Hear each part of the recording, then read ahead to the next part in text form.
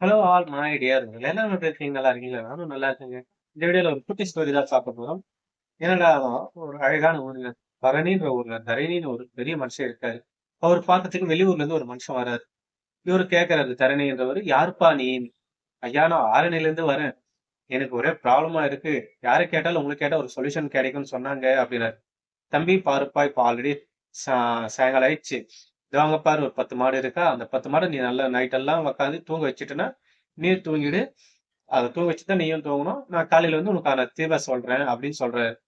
சரின்னு சொல்லிட்டு அந்த பெரியவர் கிளம்பிறாரு. பெரியவர் கிளம்பினோனே காலையில வராரு. காலையில வந்த உடனே கேக்குறாரு. என்னப்பா தம்பி எல்லாம் மாடியும் தூங்க வச்சிட்டியான்னு கேக்குறாரு. 10 மாடியும் தூங்க வச்சுன்னு கேட்டா, இல்லையா 5 மாடு ஆட்டோமேட்டிக்கா அதுவே தூங்கிடுச்சு. மிச்சம் 3 மாடு நான் கஷ்டப்பட்டு ஏதோ ஒண்ணு சொல்லி தூங்க வச்சுட்டேன். இன்னும் அந்த 2 மாடு வந்து எவ்வளவுதான் சாப்பாடு போட்டாலும் எது பண்ணாலும் தூங்கவே இல்லையான்றாரு. அதே போலதான்ப்பா வாழ்க்கையும். நம்ம வாழ்க்கையில எவ்வளவோ கஷ்டம் வரும், துன்பம் வரும்.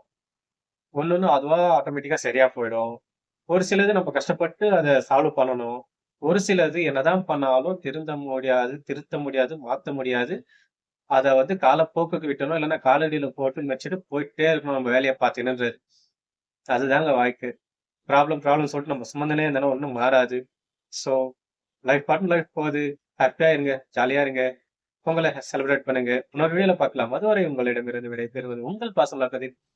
மறக்காம இந்த வீடியோவ ஃப்ரெண்ட்ஸ்க்கு ஷேர் பண்ணுங்க. நம்ம பேஜ சப்ஸ்கிரைப் பண்ணுங்க. சேனல லைக் பண்ணுங்க. Bye bye. see you.